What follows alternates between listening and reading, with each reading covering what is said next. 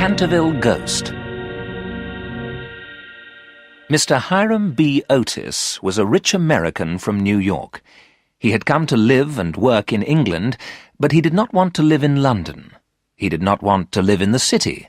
He wanted to live in the countryside outside London. Canterville Chase was a large and very old house near London.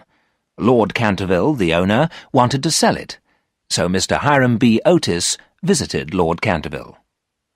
"I do not live in Canterville Chase," Lord Canterville said to Mr. Otis. "I do not want to live there. The house has a ghost, the Canterville Ghost." "I come from America," said Mr. Otis. "America is a modern country. I don't believe in ghosts. Have you seen this Canterville Ghost?" "No," said Lord Canterville, "but I have heard it at night." "I don't believe in ghosts," Mr. Otis said again. "No one has found a ghost.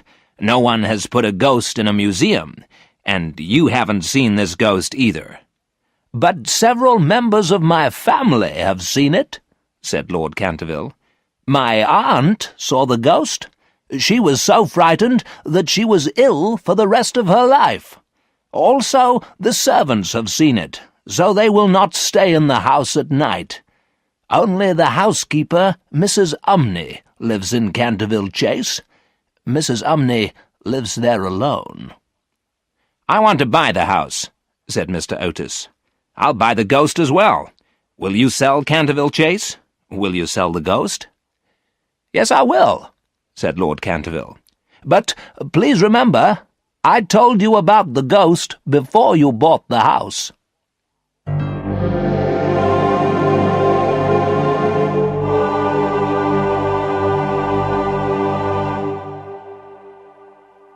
Mr. Hiram B. Otis bought Canterville Chase.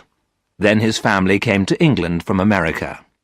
He had a wife called Lucretia, 3 sons and a daughter. The eldest son, Washington, was almost 20 years old. He was good-looking and had fair hair. His 2 young brothers were twins. They were 12 years old. The daughter, Virginia, was 15 years old. She had large blue eyes and a lovely face. Mr. Otis took his family to live at Canterville Chase. The old house was in the countryside west of London. Mr. Otis and his family travelled from London by train. Then they rode to the house in a wagon pulled by 2 horses. Canterville Chase was big and old. Trees grew all around the house. The Otis family wanted to stop and look at the outside of the house, but the sky darkened. A thunderstorm was coming. Rain started to fall, so the family went inside the house quickly. Mrs. Umney, the housekeeper, was waiting for them by the front door. She was an old woman and wore a black dress and white apron. She lived at Canterville Chase and looked after the house. "Welcome to Canterville Chase," said Mrs. Umney. "Would you like some tea?" "Yes, please," said Mrs. Otis. The Otis family followed Mrs. Umney into the library.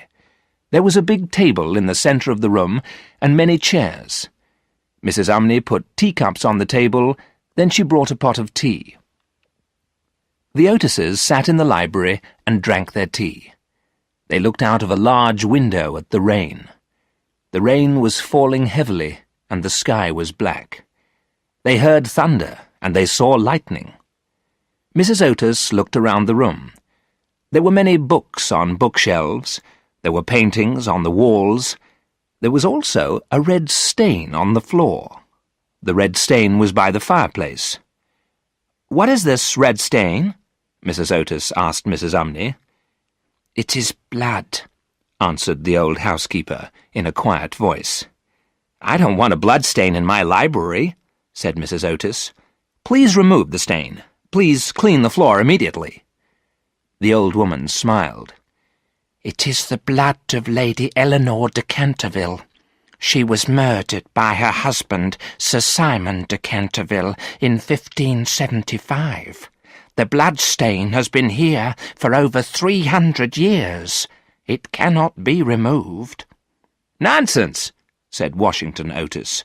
"I have some Pinkerton stain remover from America. It can remove any stain. Watch." Washington Otis took the stain remover from a bag. Pinkerton's stain remover looked like a small black stick.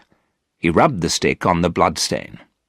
A minute later, the floor was clean. The stick had removed the stain quickly and easily. Mrs. Umney looked at the floor. She was frightened. No one had removed the blood stain for 300 years. Mrs. Umney was very frightened.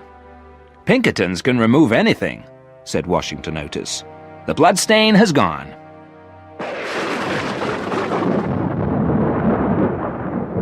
Lightning flashed and lit the library.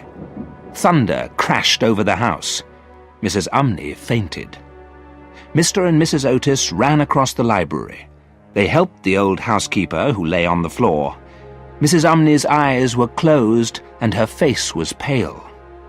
"Mrs. Umney! Mrs. Umney!" cried Mrs. Otis. "Can you speak?" Mrs. Umney opened her eyes. "Trouble will come to this house," she said. "I have seen the ghost. The ghost will come to you." All the Otises helped Mrs. Umney to stand up. "The ghost will come," she said again. "You must not remove the bloodstain. You must not clean the library floor. The ghost will be angry." Then Mrs. Umney went upstairs to her room. "Let's look for the ghost," said the Otis boys. "Let's look round the house." The Otises looked round the house together, but they did not see the Canterville Ghost.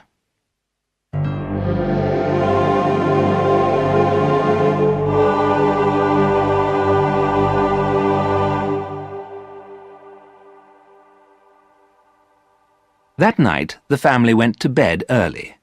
The storm continued all night. Next morning they went into the library. The bloodstain had reappeared on the floor. "I'll remove this bloodstain once more," said Washington Otis. "Mother doesn't want a bloodstain in the library. I'll clean the floor again." He removed the bloodstain with Pinkerton's stain remover. The library floor was clean. But the next morning the stain had come back again. "This is very strange," said Mr. Otis. "I'll lock the library door at night. No one can come into the library. No one can put a stain on the floor." "I don't think Pinkerton's stain remover is bad," said Washington Otis. "I think there really is a ghost. The ghost is making the blood stain. The ghost puts the stain on the floor at night." We must find this ghost," said Mr. Hiram B. Otis. "It must stop making these stains. Your mother doesn't like blood on the library floor." That day the family went out. They walked around the countryside near Canterville Chase. They went to the nearby village. They looked at the old village houses. Then they walked back to Canterville Chase through the woods.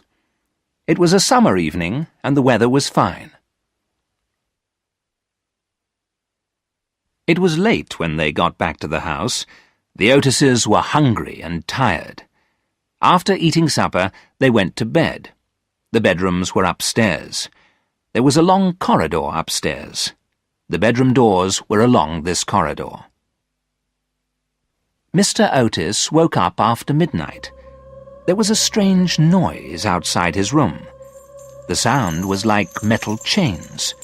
The chains were rubbing together. Mr. Otis got out of bed and opened the bedroom door.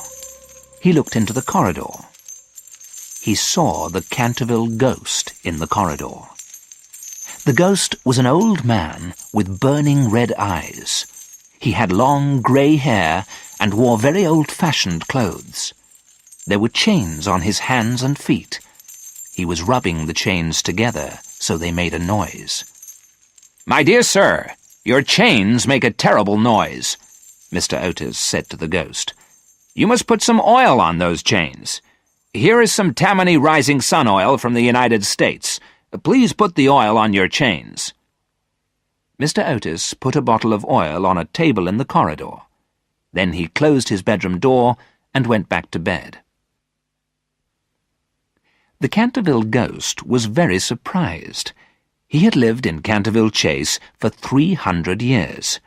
Everyone was frightened of him, because everyone was afraid of ghosts. But this American gentleman was not afraid. The Canterville Ghost decided to work harder. He wanted to frighten the American. He made a terrible noise and shone a horrible green light in the corridor. Another door opened at the end of the corridor. Mr. Otis's youngest sons came out of their bedroom. The two young boys had the pillows from their beds in their hands. They threw the pillows at the ghost. They laughed at the ghost. The ghost was amazed and upset. No one had laughed at him before. He was a ghost. Everyone is frightened of ghosts. No one had ever laughed at the Canterville Ghost before. The Canterville Ghost did not know what to do. He disappeared through the wall, and the house became quiet. The ghost went to the secret room where he lived. He sat down on a chair. He thought about what had happened. He had frightened people for 300 years.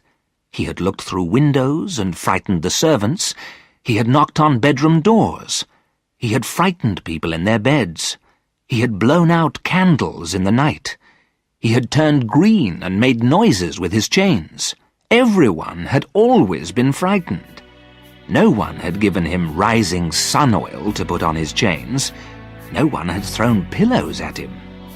He was a very unhappy ghost.